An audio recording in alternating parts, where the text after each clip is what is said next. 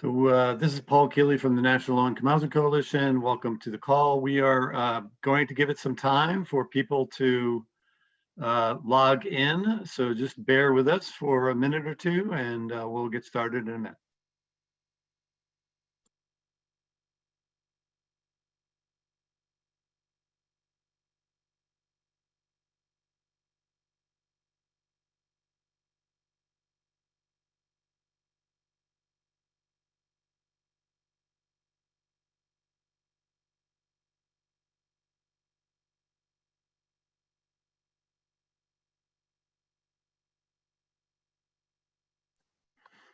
A lot of people are still joining the call today, so we'll give it a few more seconds for people to log in, and then we'll get started.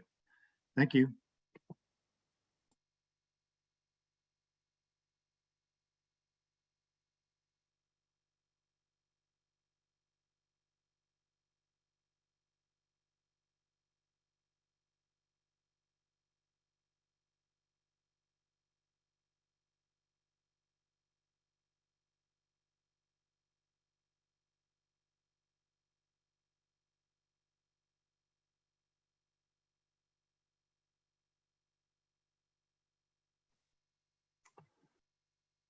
Okay, we will go ahead and get started. Welcome to everyone. This is Paul Keeley, the NLIHC Chief Operating Officer, and I want to welcome you to today's National HoUSed campaign call for universal, stable, and affordable housing.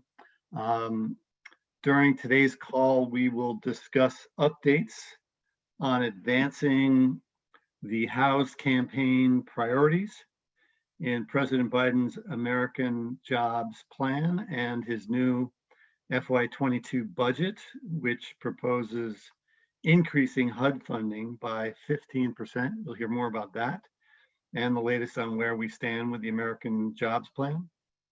We'll get updates on emergency rental assistance programs from around the country from NLIHC. And a new emergency rental assistance prioritization tool from the Urban Institute. We'll hear about a new report from the Eviction Lab and also the latest on legal challenges to the CDC eviction moratorium. We'll also hear the latest from Capitol Hill, get updates from the field, and a lot more. I would just like to ask everybody to please use the Q&A function at the bottom of your screen for any questions you might have. Some of those questions we may not be able to get to. I will try, I'll do my best. Some of the questions NLIHC staff will be able to respond to. Others I will turn to the speaker and pass them along when I can. We have a very tight agenda today, a lot to cover. So we may not cover every question that you have, but they are really, really valuable to us because we incorporate them into all of our documents, our FAQs, guidance that we put out, and so forth. So they're very, very valuable, even if they cannot be addressed during today's call. And then, so use the Q&A for questions, and then use the chat box if you just want to communicate with others on the call about something, share a resource or whatever. But your questions for presenters, please put in the Q&A box. Okay, and I will now turn to the first agenda item, and that is the American Jobs Plan and the HoUSed components in that, and an update on the FY22 budget request from President Biden. And to take it away, here is Sarah Sadian, NLIHC Vice President for Public Policy. Sarah? Hi, great. Thanks for that, Paul. So I wanted to start by talking about where things are with the American Jobs Act.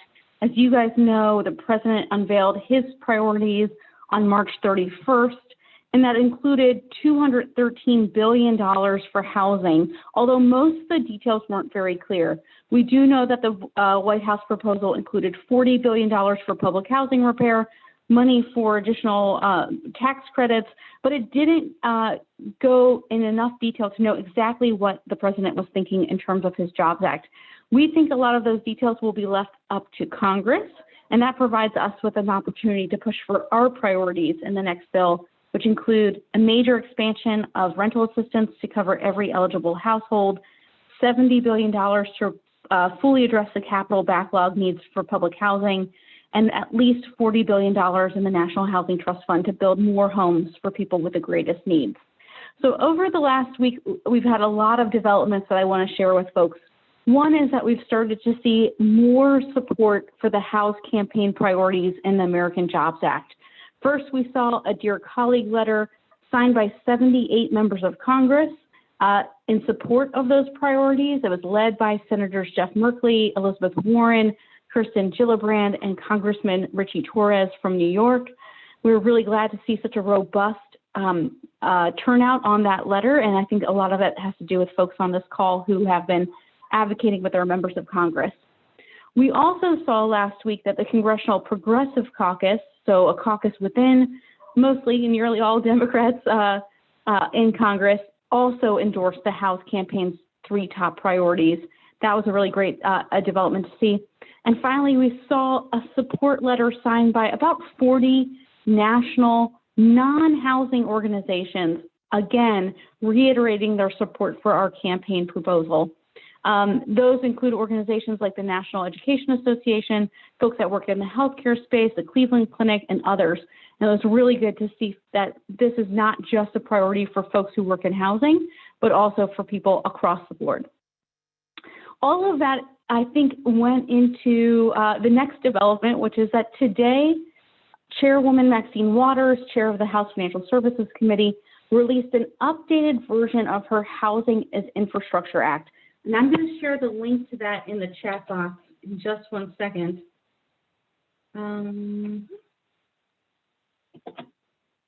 Putting the link to it now. This is hot off the press, just got released this morning. This is her newest vision of what would be in the American Jobs Act. And it's really important here because many of the things that we have been pushing for are included. So the bill includes $70 billion to address public housing capital needs, and it includes $45 billion for the Housing Trust Fund. This is a significant increase from the proposal that she put together last year. That version would have only provided $5 billion for the Housing Trust Fund. And so I think we're already starting to see major payoffs with all of the advocacy work that all of us have been doing. I will say it's really incredible to see this bill. Overall, it provides $235 billion in housing resources. You can see here, obviously, that that's well above what the president included in his American Jobs proposal.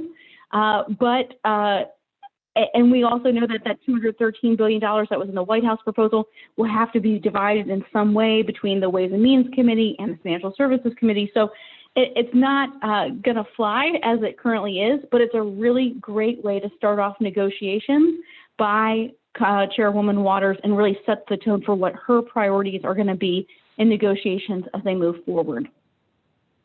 The committee, the Financial Services Committee, is scheduled to have a hearing this Wednesday to talk about these investments in infrastructure. And our very own Diane Yantel is going to testify in that committee on Wednesday about the priorities that this coalition and the House campaign have together.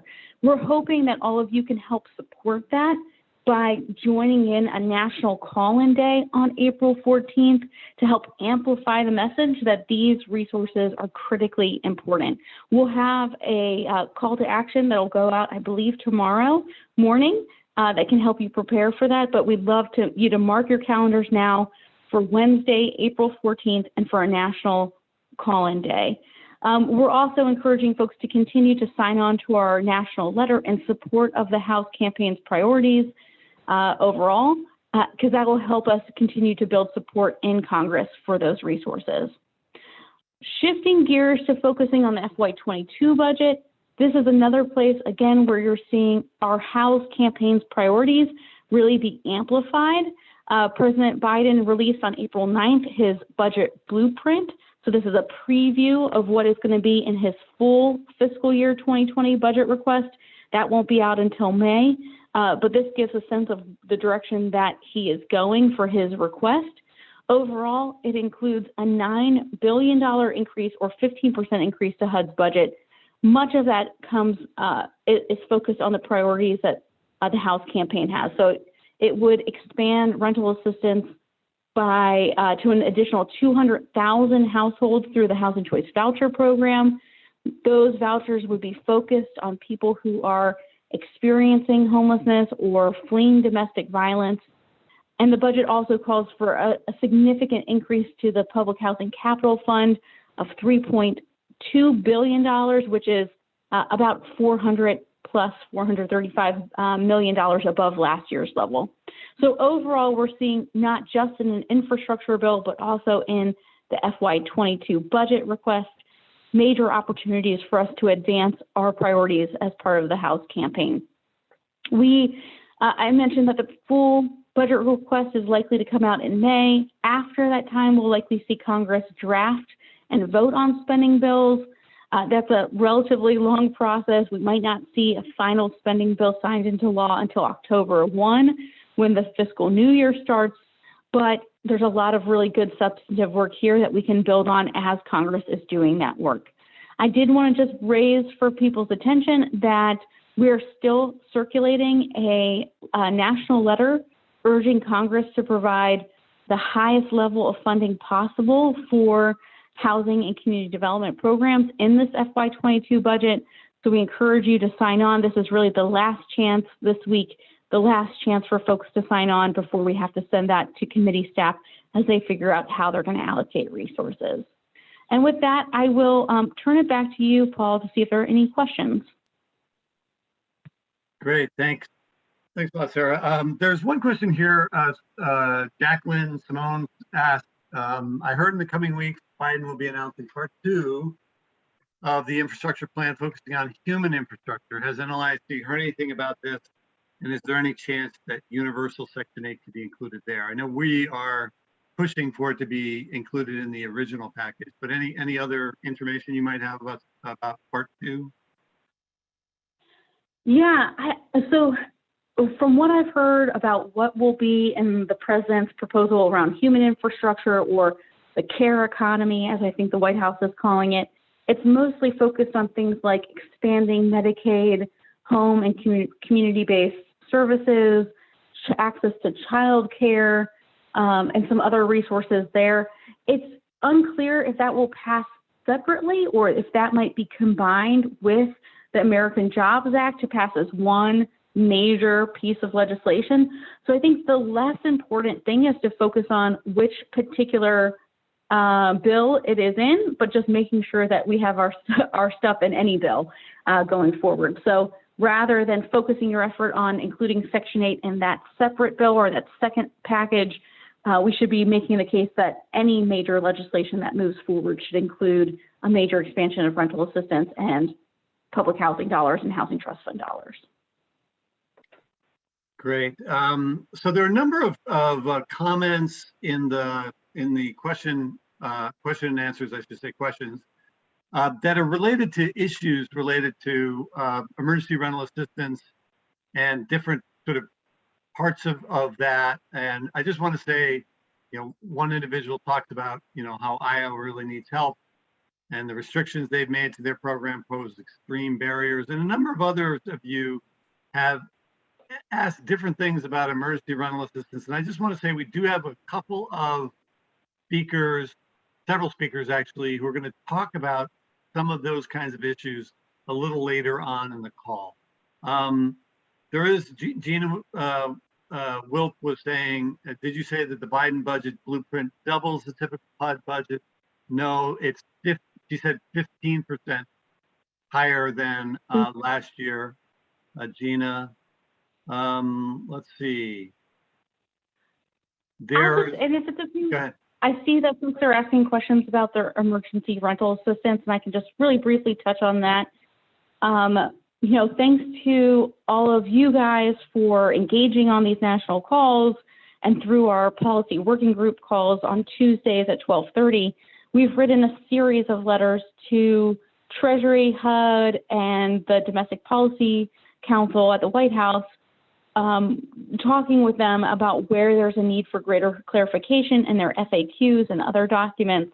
Most recently, we shared a letter with them outlining what our research team and others have seen as potential roadblocks that could prevent or impact the ability of cities and states to get resources out quickly to those who are most in need. Some of those challenges are ones that we still need Treasury to take action on, but others are things that Treasury has provided flexibility on, but state and local governments are choosing or have chosen so far not to use that flexibility. So there's an enormous amount of work that is needed for advocacy at the state and local level, in addition to the federal level. Thank you, Sarah. I was going to mention that later when we talked about emergency rental assistance programs, but good to go ahead and do it now. Let's see. And there are a couple of folks asking questions about seeing the list of groups who have signed on so far. Is that possible?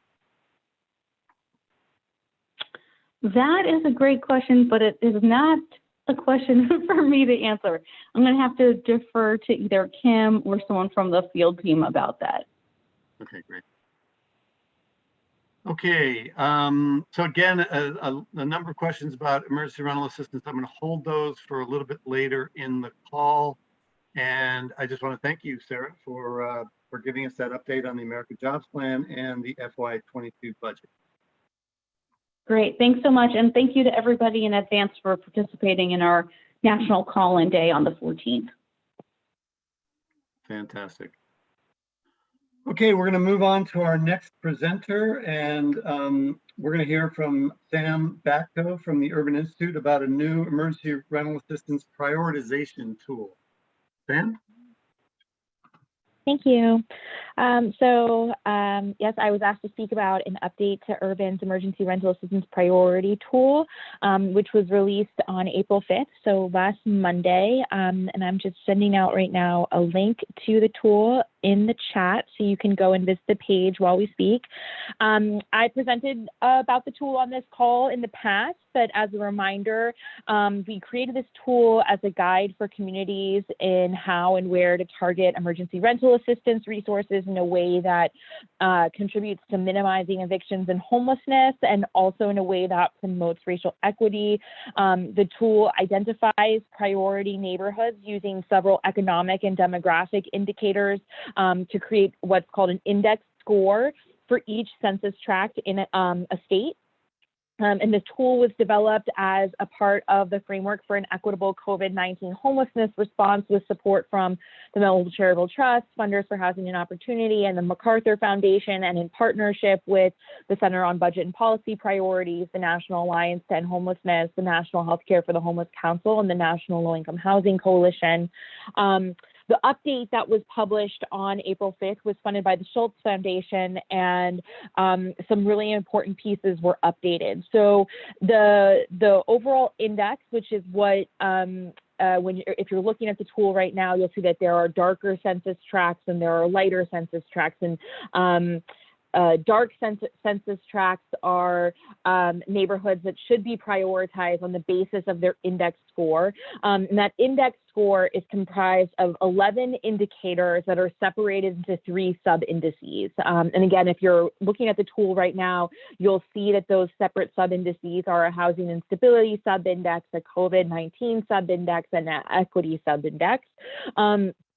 And each of the indicators within those sub-indices were updated in this most recent update. So 10 of those 11 indicators were updated with the new year of data from ACS or HUD.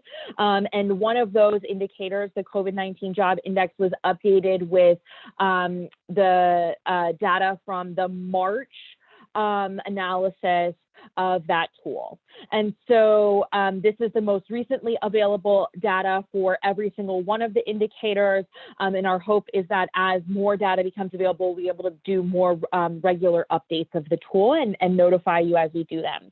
The other piece that was updated here was the number of extremely low income renters within each census tract. And so while the tool itself and the color gradation in the tool helps you to identify census tracts that would be of priority based on their economic and demographic factors.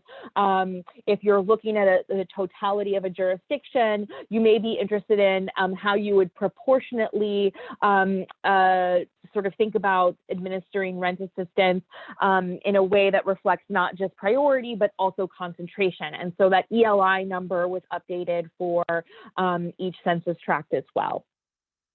Just additionally, in the original tool was launched at the end of August. Again, we just did the update at the beginning of April, but in the past 8 months since the tool was released, we've also been doing some work on validating the index. And so one of the primary steps that we took there, which was additional steps after the validation we did pre-tool launch, is that we analyzed both past and current COVID-19 related evictions. So evictions pre-COVID-19 for every state in the country, and then evictions in 13 sites that are being tracked by the Eviction Lab during the COVID-19 period. And we found that the index does strongly correlate with both, supporting its use for the purposes of targeting rent assistance. So how are communities using the tool? Communities across the country are using the tool in a variety of ways, not just to target rent assistance, although that's obviously one of the ways it can be used. One of the big ways that we're hearing about consistently is that jurisdictions are using it to target outreach. So they're using it to make sure that the people who live in the priority neighborhoods are aware that rent assistance is available and that they could be eligible. So they're either working with trusted community-based organizations in priority neighborhoods, or they're reserving staff capacity in order to conduct on-the-ground canvassing of food banks or small businesses or faith-based organizations in those priority neighborhoods. And other communities are thinking about how to target other types of assistance aside from just emergency rental assistance, but also things like rental counseling or eviction prevention or landlord mediation type services in those priority neighborhoods as well. So it has a lot of broad applications. Really just all of these with the goal to make sure that the most vulnerable households are aware of the types of assistance that are available in a jurisdiction. And so I'm happy to answer any questions on the update or any questions on the tool more broadly, if there are any. Thank you so much, Sam. The tool is invaluable, as you say, for targeting rental assistance, but also targeting outreach to make sure that people are aware. There is a question here about whether the tool helps communities figure out how to help Asian American families access emergency rental assistance, especially given how much anti-AAPI discrimination has been happening over the past year. Yeah, so the tool within its equity subindex has a indicator for essentially people of color, of which AAPI people would be included in that. It does not, the tool doesn't delineate out individual races. There's a couple of reasons for that. One was that we lose some data, there are some data quality issues at the census tract level when you go down into the separate racial categories. The other is that we wanted to make sure that we weren't potentially excluding prioritization of any census tract because of a concentration of one race or ethnic type as compared to a diversity of race or ethnic types. So that was the reason for the selection of that indicator. You could, if you are interested in using the tool and adding your own layers of indicators that might be specific for your own community. For example, if you know you have a concentration of AAPI persons or households that would be vulnerable, you can download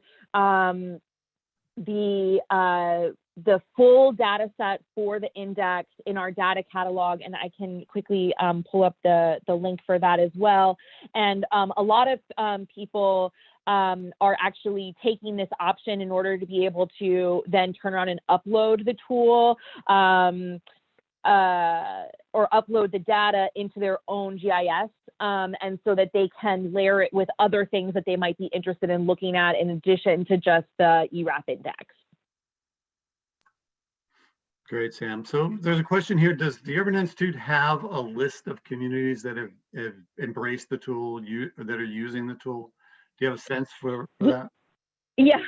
So we are compiling a list. We're told about places as we do presentations like this one.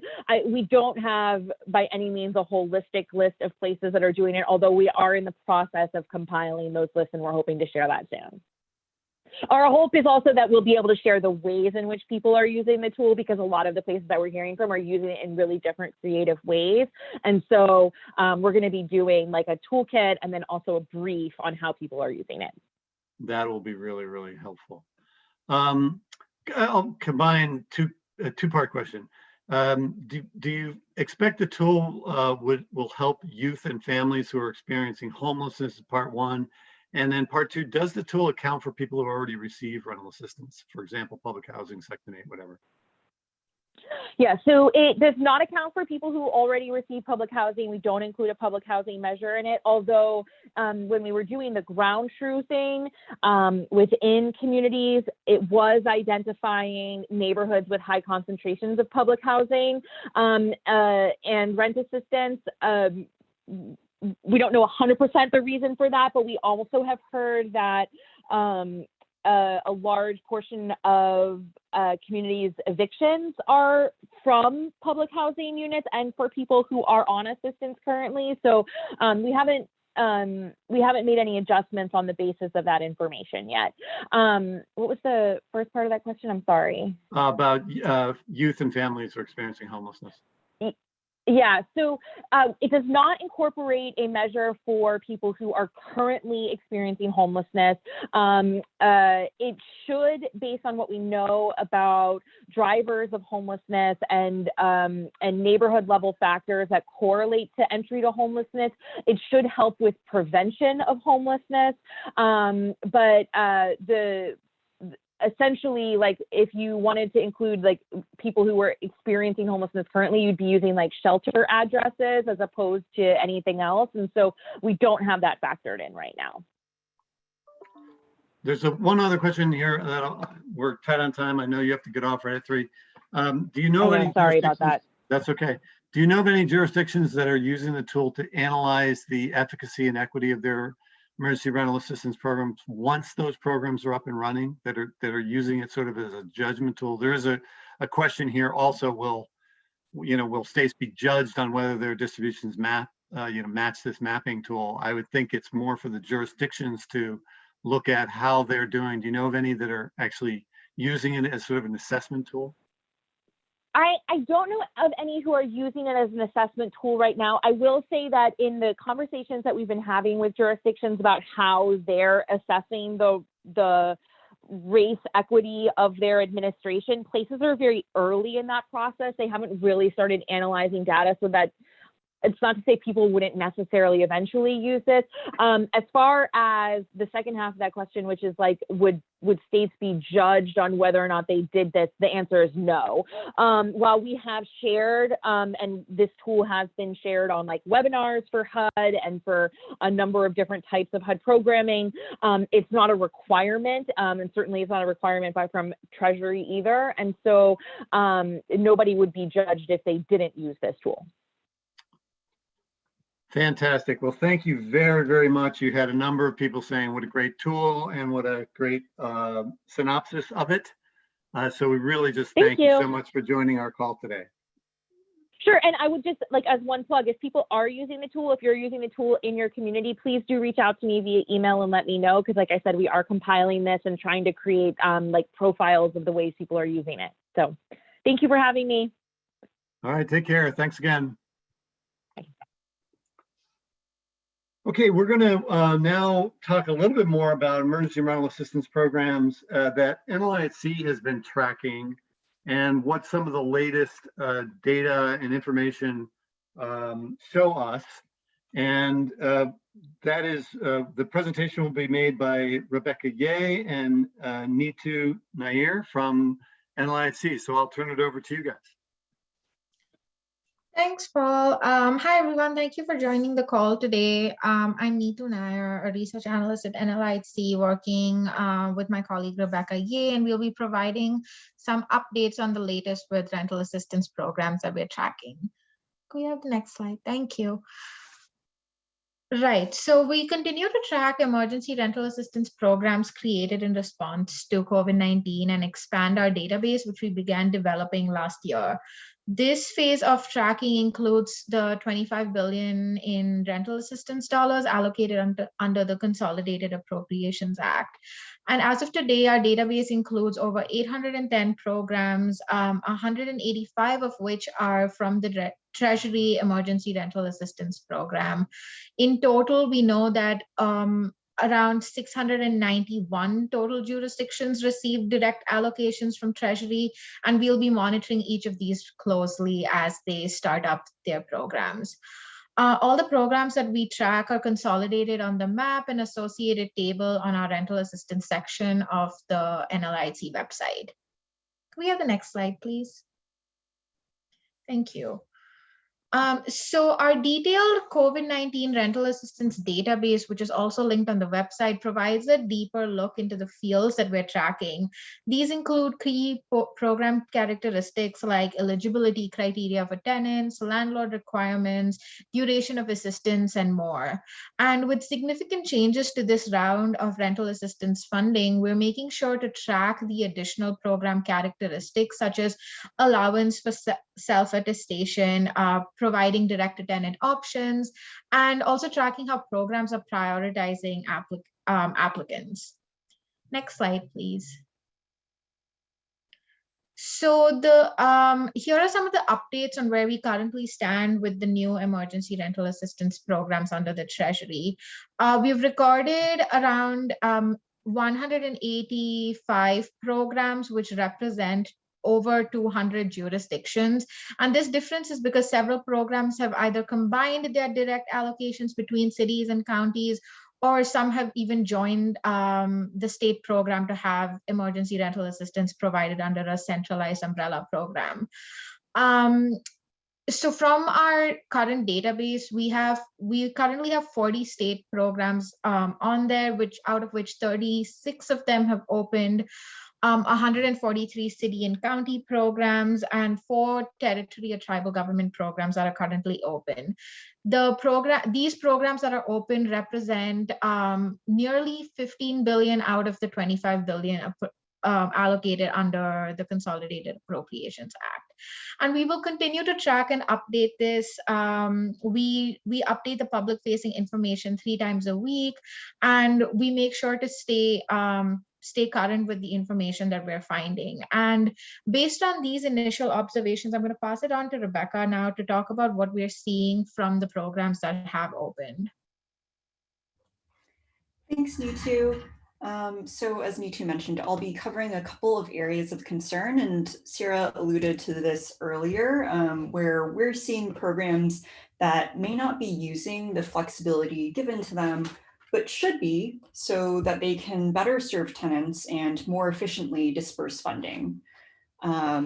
So excessive documentation requirements for tenants were a really significant challenge for previous CARES Act funded programs, resulting in incomplete applications and slowing program administrators down in processing applications.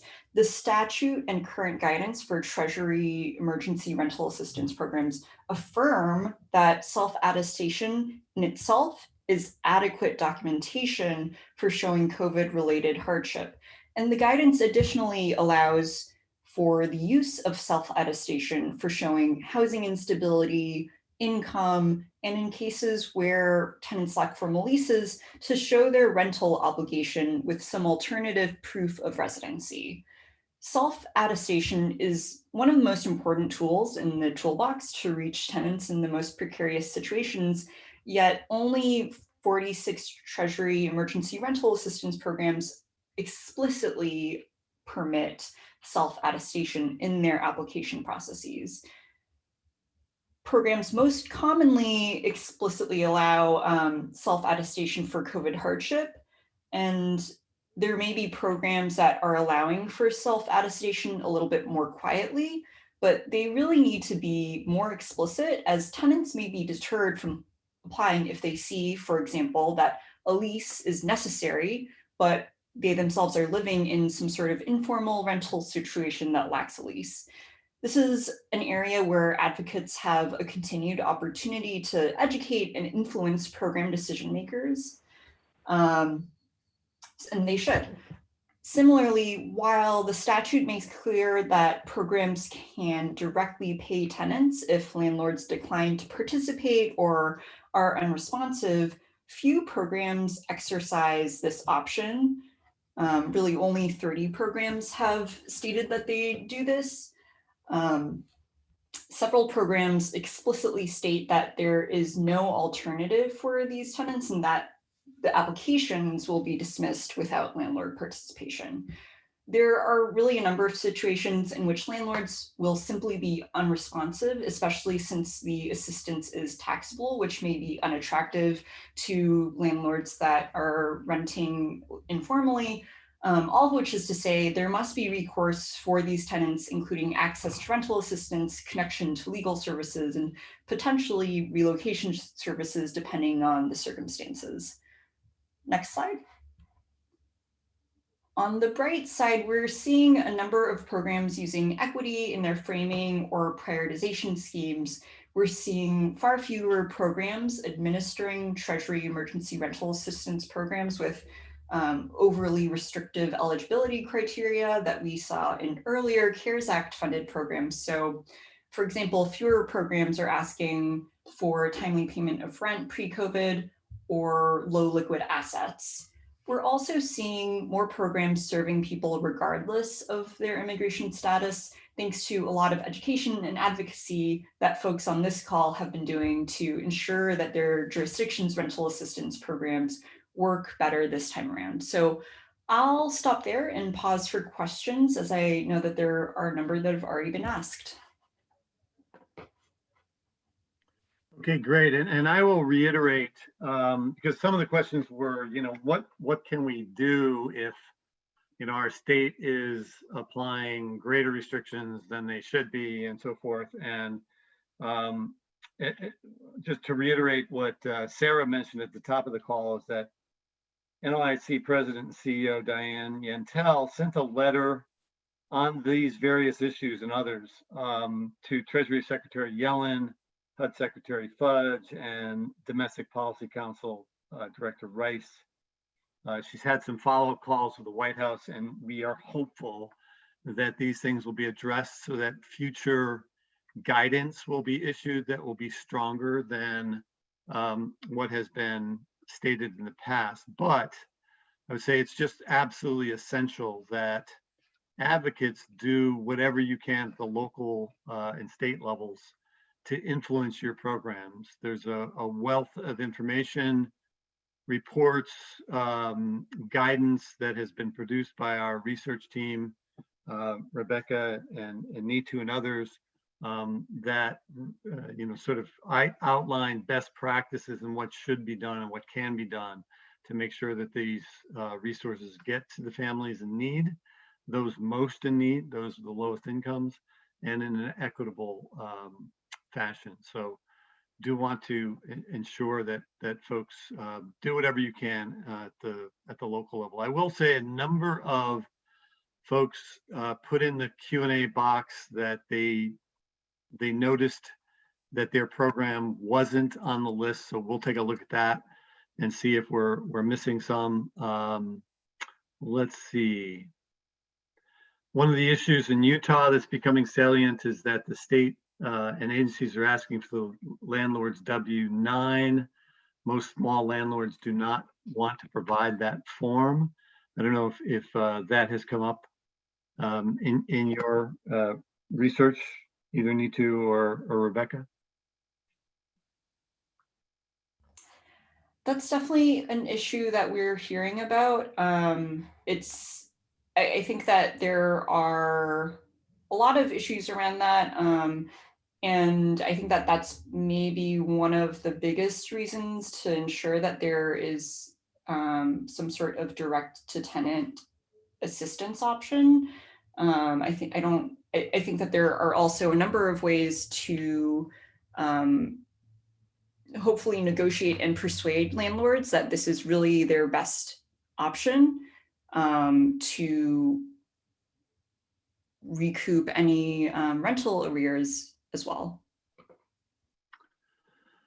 Great, and there's a question here that I think we have an answer to, which is if an agency is not following the law or guidance, can a complaint be lodged with the Inspector General of Treasury?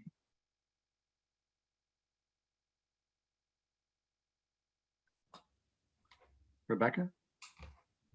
Or That's a really good question. I'm actually going to, I don't know if there's anybody on the policy team on, if they know.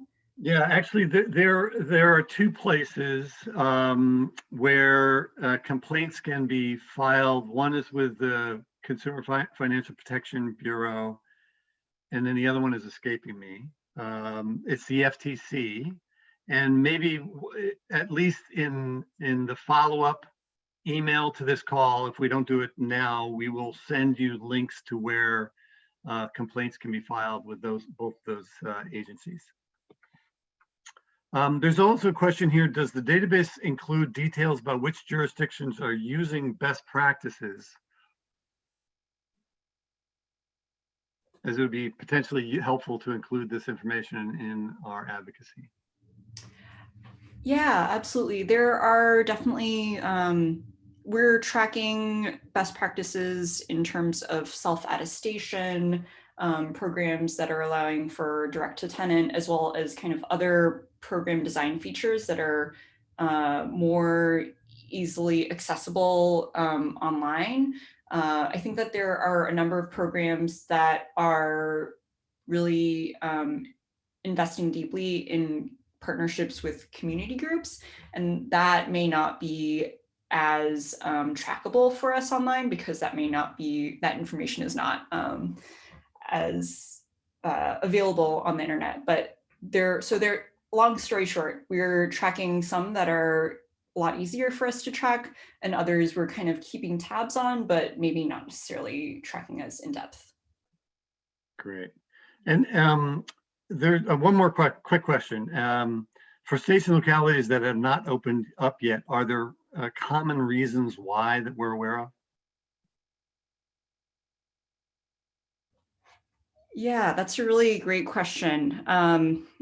I think that some of the common reasons really have to do with, you know, the funding went out a while ago, but the guidance for that funding, initial guidance was not released until late January, but it wasn't very substantive. And the second round of guidance was not issued until late February. And many programs are catching up with the guidance, as well as building up the technological infrastructure necessary to implement such a large scale program. A lot of people need to hire new staff to get these programs off the ground and to implement the programs well. Great. Well, thank you, Rebecca and Neetu. As I promised, we unfortunately are not able to get to all the questions during the call live, verbally, let's say. But if Neetu and Rebecca and the policy team can look at, there are many other questions that have come in the Q&A box, and type in some answers to those questions, that would be really, really helpful. Unfortunately, due to time, we're going to have to move on in our agenda. But thank you very much to Rebecca and Neetu for sharing that update. Thank you, Paul. Okay, great. So we now have a presentation on a recent report on landlords driving the eviction crisis by Devin Rutan from Eviction Lab. So Devin, I'll turn it over to you now. Thank you so much for having me on the call. I'm really excited to get to present this new research from the Eviction Lab. What we are trying to do in this paper is just try to understand where evictions are occurring over time. Identify if there's like a discernible pattern to how they're moving or perhaps not moving, and really come up with some tangible policies and practices that could be used to proactively intervene ahead of time to reduce instability among tenants. And so what we find is we're looking here at evictions in 17 mid-sized cities throughout the US, for which we have 10 consecutive years of data. And overall, we're looking at about nearly 700,000 eviction judgments between 2003 and 2016. And so we're looking both at the neighborhood level, but also all the way down to more precise units like the city block level. And what we find is that the distribution of evictions across a city repeats itself year after year. So there's really some of these small pockets within cities that have very high levels of eviction. Say in 2005, they continue to have very high levels of eviction each and every year, all the way until 2015. And so this kind of consistency and repetition among evictions kind of leads us to think that there's a degree to which that we can really anticipate some of these eviction hotspots just because they're so consistent from year to year. Then we zoomed in further on 3 cities: Cleveland, Ohio, Fayetteville, North Carolina, and Tucson, Arizona. And here we attached evictions all the way down to the building level. It's worth noting that there are, we've sort of done preliminary analysis in other cities, including large cities such as Philadelphia, and this applies to other places. So I'm going to present on these 3 cities, but the same intuition applies in many rental markets. And so what we do is we take all of the buildings that ever had an eviction over the course of 10 years, and we sort of divide them into 2 groups: those that evict perhaps infrequently compared to those that consistently evict large numbers of tenants. And we really find that the large majority of landlords, a very large number, are in this infrequent pile. They perhaps evict 1 or 2 times a year, but do not consistently appear in eviction records. On the other hand, there's this fairly small set of landlords who evict large numbers of tenants, multiple tenants, each and every year in the decade. And so they really have a large contribution to overall levels of eviction in their city. And so I'm going to show some results that we have for these 3 cities. Starting with Cleveland, Ohio, there's this group of 116 buildings that we identified that were evicting, again, multiple tenants each and every year. And every year during this period, they were evicting 20% of all tenants in the city that were evicted in that year.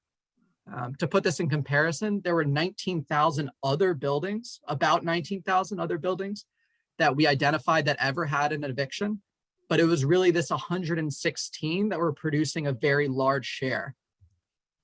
In Fayetteville, North Carolina, it was even more concentrated. There were 100 buildings that were consistently evicting large numbers of tenants. And overall, they were producing about 40%, or 2 in 5 of every eviction in a given year. Fayetteville is also noteworthy because there was a single property, a garden apartment complex, that was evicting about 140 tenants each year throughout the decade, and overall was producing about 5% of the city's evictions each year. Then Tucson was actually the most concentrated city we observed.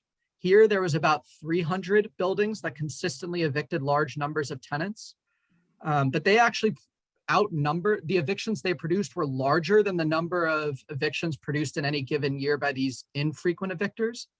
And the routine evicting buildings, there were about 300 of them, were responsible for 2 out of every 3 evictions in any given year in Tucson, Arizona. And so really what this means to us is that because evictions are appearing in the same places in the same exact buildings year after year, they can really be anticipated.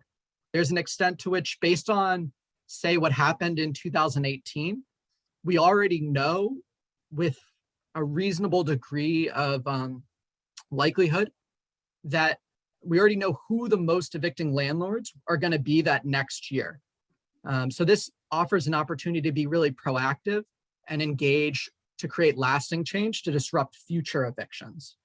And it also says that many of those tenants who become homeless in a given year are going to pass through the same neighborhoods, the same buildings, have the same landlords as those tenants who became homeless through eviction in years prior.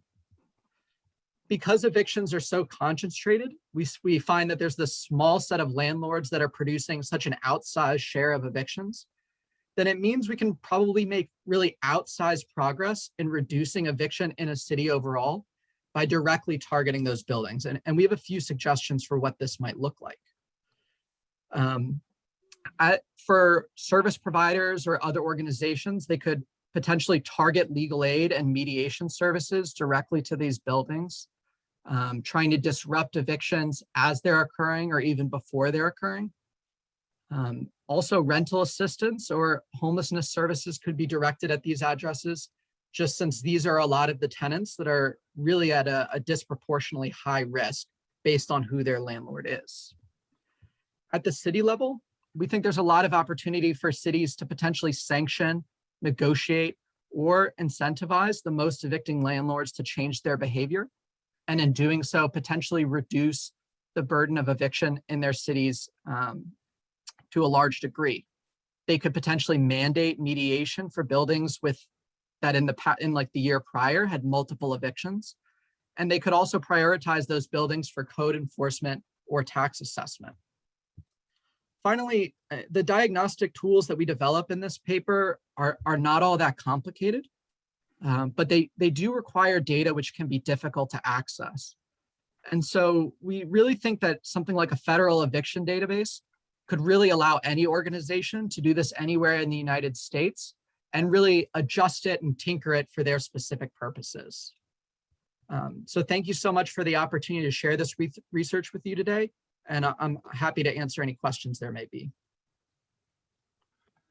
Thank you so much, Devin, for that. That is really fascinating. And your policy suggestions are so phenomenal.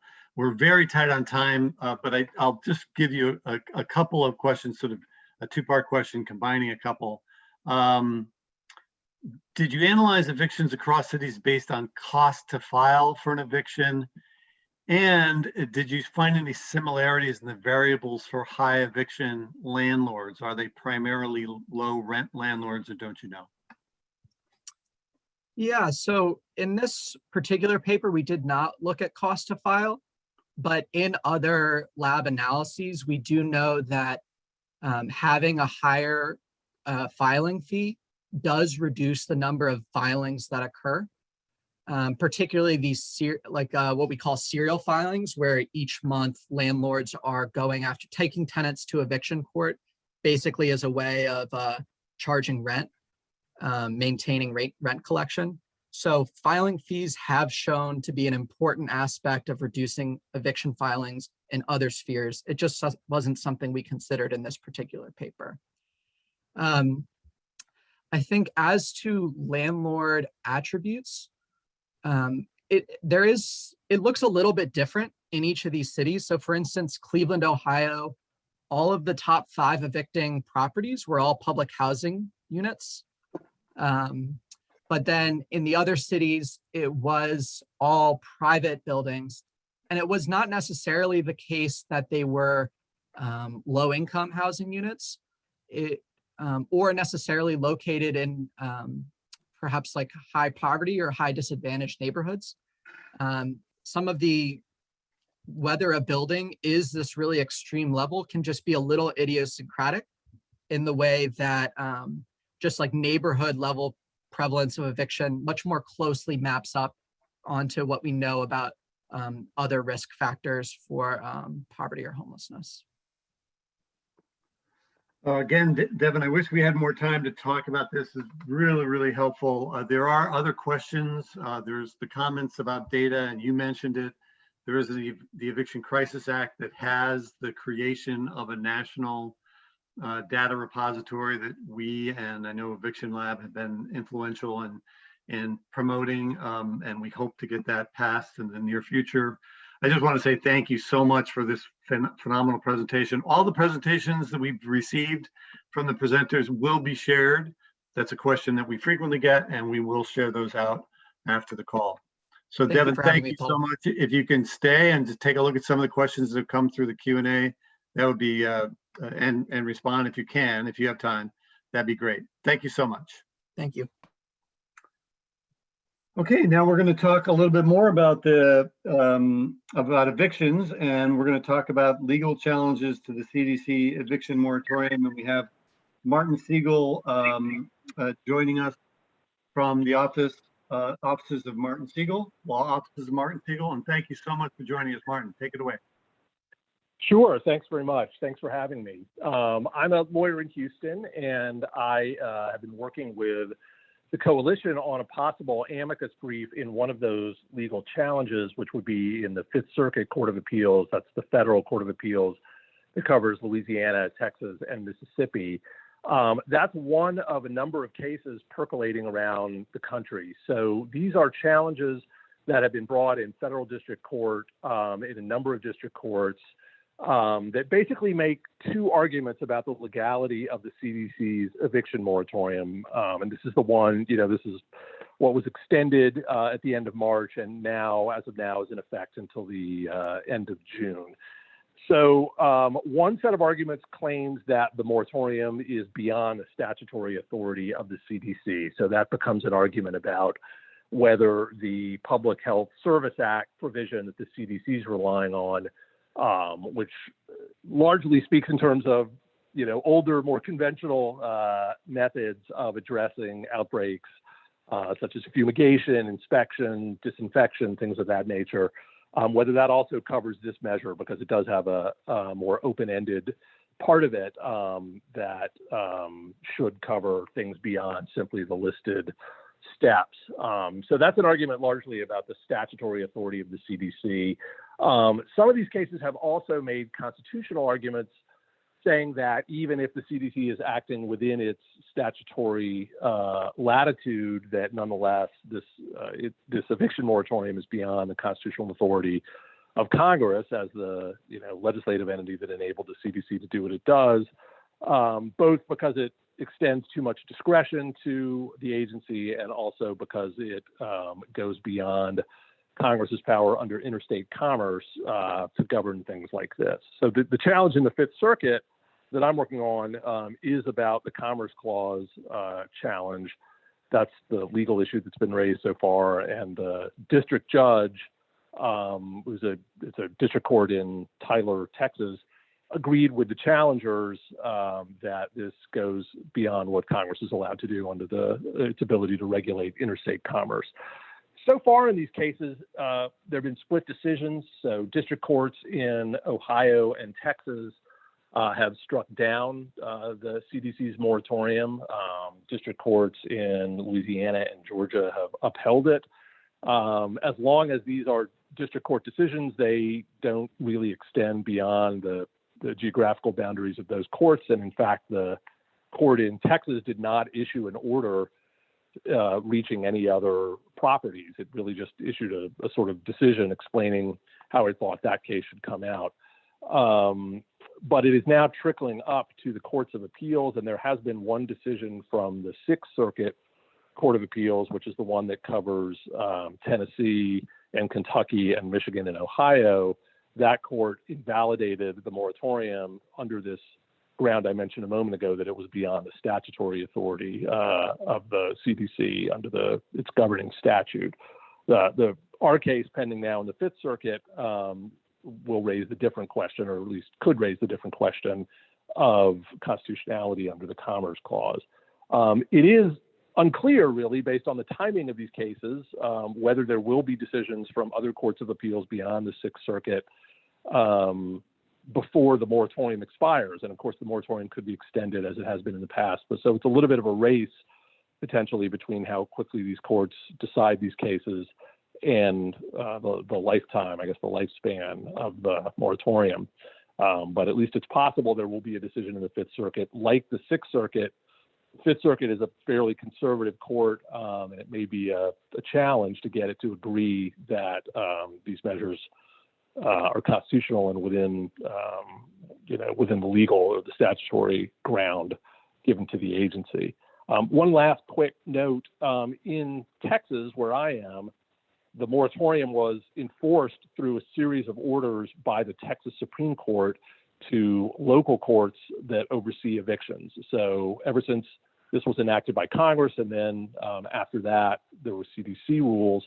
So now for, I think, about a year, or at least since the summer of 2020, the Texas Supreme Court issued a series of orders to the local courts handling evictions saying, abide by these moratorium and do not continue on with evictions. Although even in that case, some local courts, either unaware of that guidance or willing to follow it, did allow evictions to proceed. A week or so ago, though, unfortunately, the Texas Supreme Court, despite the extension of the moratorium by the CDC, issued new guidance giving these courts the ability to essentially ignore the moratorium on the ground that the moratorium expressly only governs the conduct of landlords and not state courts, and allow eviction courts to go ahead and approve evictions. So that's an unfortunate development. I think a lot of courts, especially in bigger cities, will still continue to enforce the moratorium, or at least require landlords some additional period to consider them. But it is now easier, even though the moratorium was extended, for state courts here in Texas to allow evictions to proceed. So that's my update. I don't know if there are any questions. Thank you, Martin. It's sobering, and it really, the race against time that you're talking about in terms of the eviction moratorium expiring when it does, and it may be extended, but it really also points to, the race against time and getting out emergency rental assistance as fast as possible to those most in need as well. So there is one question here from Sarah Hasmer. Will there be opportunities for more organizations to participate in amicus brief? Yeah, the answer to that is certainly yes. The schedule of the pending Texas case, that brief is not due for another 3+ weeks. Certainly the brief that I'm writing, which began with some local tenants organizations and also anti-poverty organizations, and now may include the coalition. Our view is the more the merrier, so that a larger number of organizations, really anyone who wants to join and support the legality of the CDC's moratorium, would be welcome. And just from the legal perspective, it's always more persuasive to a court, even aside from the substance and persuasiveness of your arguments. It's more convincing to them, the more groups you can show support your position, so that there's a real consensus out there, at least among groups, sort of on our side.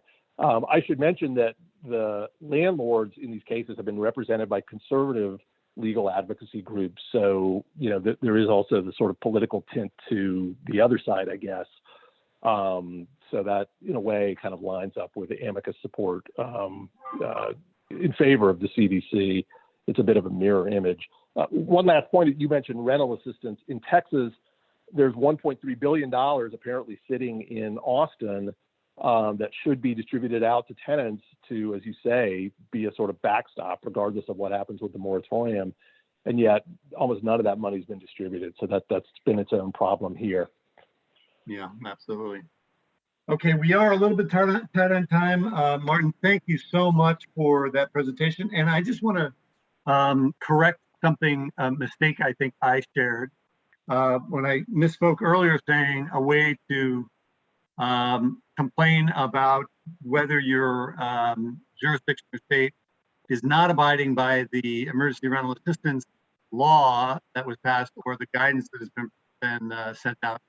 That is when I said you could go to the Consumer Financial Protection Bureau or the Federal Trade Commission. There are places there to report violations. That's actually related to the CDC eviction moratorium, not emergency rental assistance. So my apologies for that misspeaking earlier on. But actually, you can, if you feel like there's a landlord violating CDC eviction moratorium, CFPB and the Federal Trade Commission have places where you can file complaints. So we will share that information with you as well. Thank you again, Martin. Appreciate it. Absolutely. Thank you. Okay, great. All right, we're gonna, I think, talk a little bit more about emergency rental assistance programs, and we have a couple of presenters from Idaho, and they are Benjamin Larson from the Idaho Policy Institute at Boise State University, and Zoe Ann Olson from Intermountain Fair Housing Council. So I will turn it over to you. Hi, thank you so much. I'm really happy to be here in order to share some new eviction data that we have for the state of Idaho.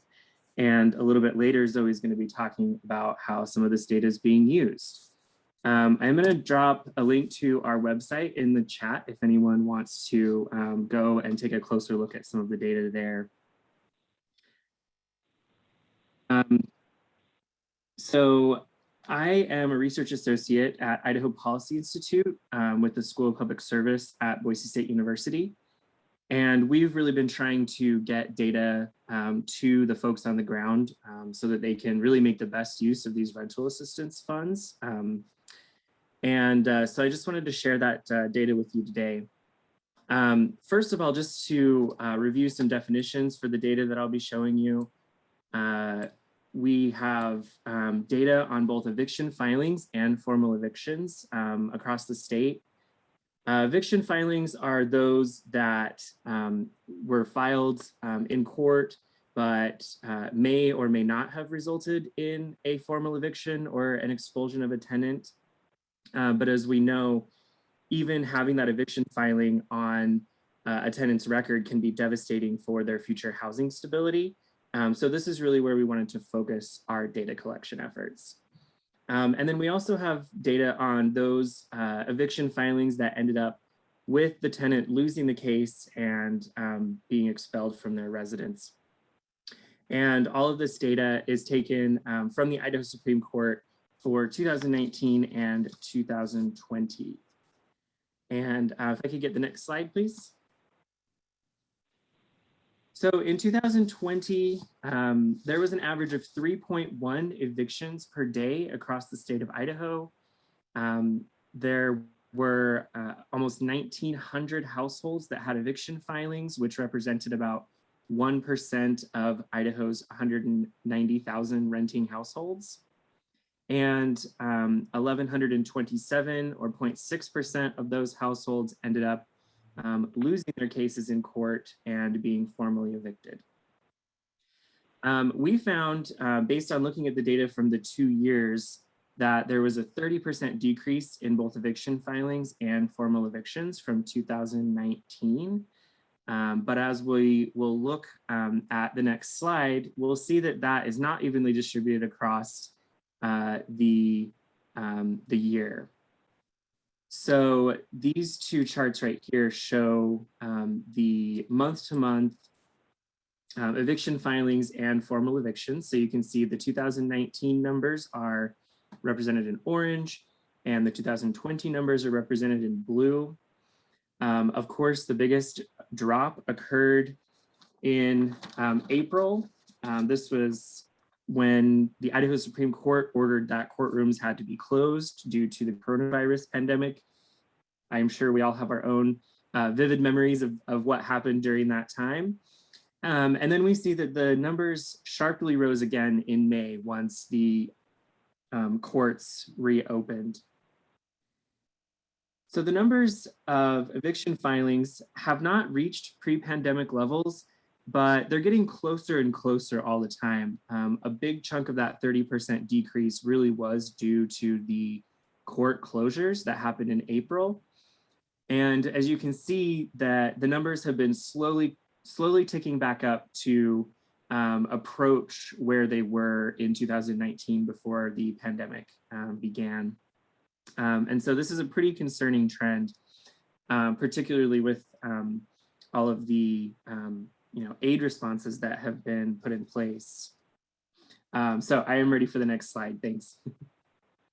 And we know that there are differences across the state of Idaho, and so we really wanted to get the county level data out published so that people could really start to target those counties and regions that are being hit harder by the eviction crisis. As you can see, there are the counties in orange tend to have higher eviction rates than the counties in blue. And so our hope with this data is that advocates around the state and policymakers can be making decisions in order to direct those the funds to where they're needed the most. And so I think I'll turn the rest of the time over to Zoe to talk about what's being done on the ground as far as getting that rental assistance out to the people who need it. Thank you, Ben. This is Zoe Olson. I am the Executive Director of the Intermountain Fair Housing Council. We serve the whole state of Idaho. We are located in Boise. A little bit about what we do is we address discrimination in housing, providing education, counseling, best practices, and of course, we bring and investigate fair housing complaints. Prior to that, I worked with Idaho Legal Aid as the Housing Specialty Chair for 14 years. So this is like near and dear to my heart. And one of the things we know is that data is really powerful. Using the data that Ben has collected and also from the Idaho Asset Building Network, the National Low Income Housing Coalition, of course, Eviction Lab, the Harvard study on housing, and our United Way. We're using this information to coordinate with our partners, both social service, policy, and legal resource partners.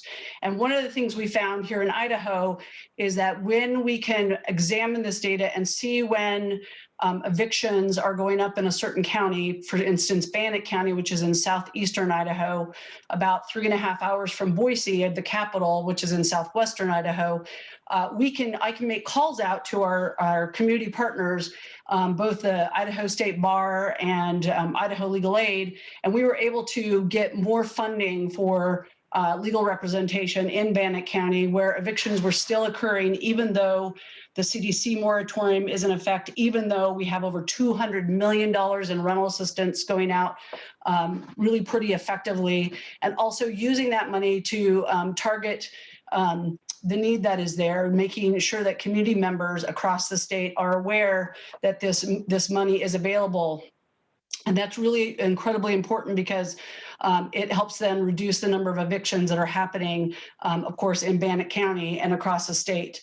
We, like Eviction Lab, which we're sharing our data, and also with Boise State, are looking at who are the evictors, because just like you all, we want to know who are the evictors so that we can strategize with a legal coordinated effort, but also a social service program effort to reach out to the evicting parties that I call them the repeat offenders that keep evicting our consumers, and educate them, and then see are there patterns of practice that they're engaging in. And typically there are, predominantly for people of color, people with disabilities, families with children, and other marginalized communities. And so what we weren't seeing in this data was demographic data. And our hope is by working with Ben and Boise State University, the Idaho Asset Building Network, and our other partners, we can build in a demographic requirement. But by getting this information,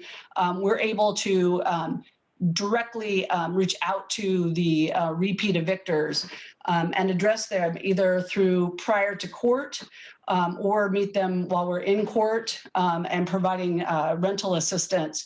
And most of the time, it's been incredibly successful. The times when we did not have the emergency rental assistance, when there was a lull, when the money wasn't there, we had to reach out to private foundations to actually get the money. Or if the money this time, because it's broader, we were able to identify the gaps and communicate those gaps to our state Idaho Housing and Finance Association that has one of our funds. The other is the Boise City Ada County Housing Authority. But we could address the barriers and communicate to them that manufactured housing community members, which there's still quite a gap, particularly for Latinx folks, but some of the barriers that were there have now been addressed, and those have helped us coordinate with Idaho Legal Aid and other private eviction defense attorneys to address not only their fair housing complaints, because disproportionately people of color, families with children, and people with disabilities are being evicted, but also help them stay in their housing. And in fact, we're finding that in many cases, landlords now are willing to take Section 8 vouchers or other types of rental assistance. And in Idaho, we have no source of income protection. So we have effectively also used fair housing to reach out and provide reasonable accommodations to people who need this rental assistance, this important and critical life-saving assistance to stay in their homes. And that also has been incredibly effective because the rental assistance available, because we have the CDC moratorium being enforced here, and because we have our courts also in basically having a moratorium for a period of time. The other thing that's important is coordinating with our sister organizations. We were able to get a right to jury trial, and that too, that having that tool when there are disputes of fact has basically held off evictions in our state. Because people are more likely to come back to the table, especially when it costs them less to go and get rental assistance for their community members and address any kind of outstanding disputes involving someone's tenancy.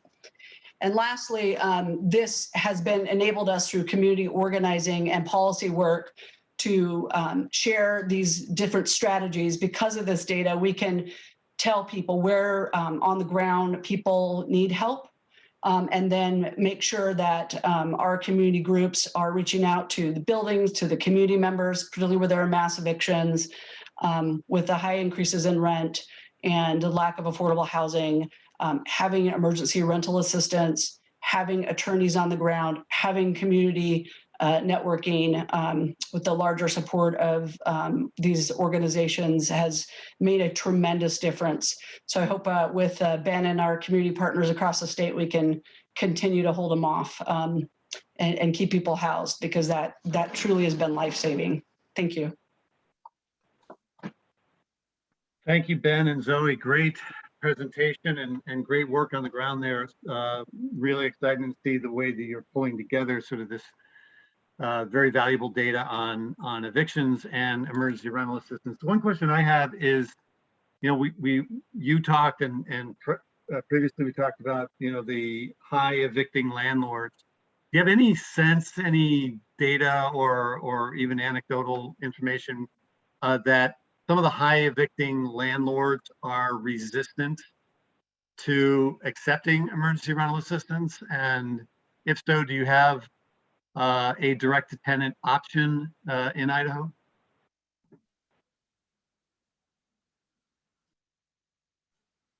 Yeah, we unfortunately, I guess we haven't had a case, or fortunately, I guess we haven't had a case we've been able to convince a landlord to take the rental assistance. So that has not been an issue, but it would be an issue I would advocate for if there is any barrier of any landlord refusing to take it. I would look at it from a legal strategy. We have requested, had people request reasonable accommodations of housing providers for people with disabilities, and then the landlords have relented. So we don't have, that might be a question Kendra Knighton, who I think was on the call, might be able to answer better. We just haven't had that fight yet, but I have heard of it. I've heard in Idaho where people, housing providers have refused to take it. And I would try every legal angle that we could think of to address that if it becomes a barrier. I don't think it has been this time, but I know it was before. Great, and I would hope that the advocates are working on, if there isn't already a direct-to-tenant option, as we talked about before, that be part of the policy there. So thank you for that. There is a question, if you looked at the number of tenants who are represented versus pro se. Yeah, the number is really low. I mean, Legal Aid does a study typically yearly. I don't know if Ben looked at it, but it's like less than 20%. So it's really, really low. I mean, just overall. overall who have representation? Right. Yeah, it's very low because typically, unfortunately, I think more people are coming now than in the past with targeting services. If at least if they come to us through Intermountain Fair Housing Council, we can get them to an attorney who can represent them either through legal aid or private attorneys who are taking these cases, or our Idaho Volunteer Lawyers Program. And then sometimes when there's a fair housing issue, we also do it. But most of the time, preemptively, people are more worried about having a fair housing violation. It's really, it's a great tool to use to prevent someone's eviction. But the low number of people being represented is a huge problem. And I think Ben's data and our data, we yearly ask for state allotment of funding to represent to legal aid and to organizations and other Disability Rights Idaho to have more attorneys represented, or excuse me, have more tenants represented in eviction court. And you know that never happens. We don't get it. But so through private funding, we get it. We can do some of it through our federal funds, but it's really problematic. I mean, I think that's part of, you know, Matthew Desmond's book, Evicted, and the work that Eviction Lab is doing is it's an absolute necessity. We've also asked from jurisdictions for funding for public defender for tenants based on the work that the data that BSU and we've collected, and through the Idaho Asset Building Network and the great work you all have done and the Harvard study. And again, that's not been a priority. And so I think we have to keep pushing these issues because some of you have done great work out there and some cities have it. And I think it's an absolute necessity. It is a complete game changer if you have an attorney with you in court or before court. Absolutely, and that's why we need a national right to counsel with the resources to back it up. Thank you for that.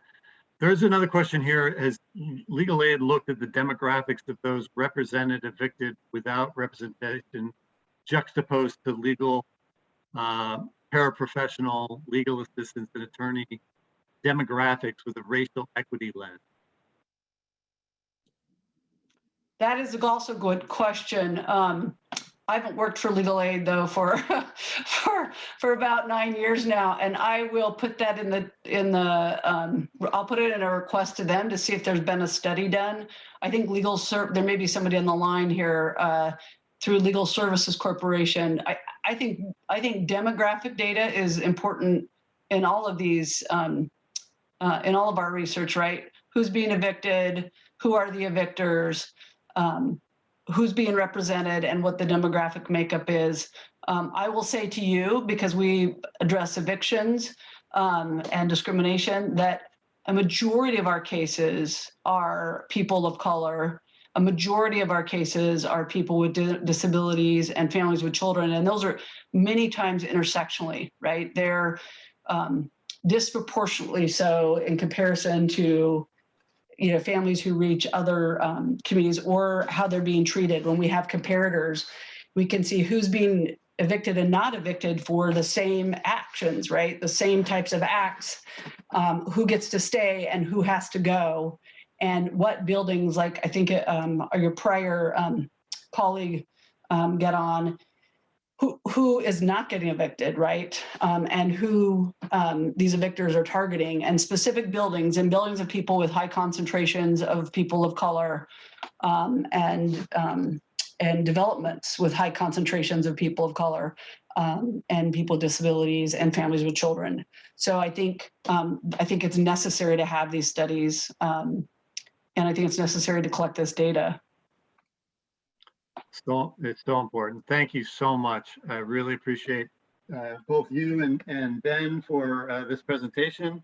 As I said before, great work.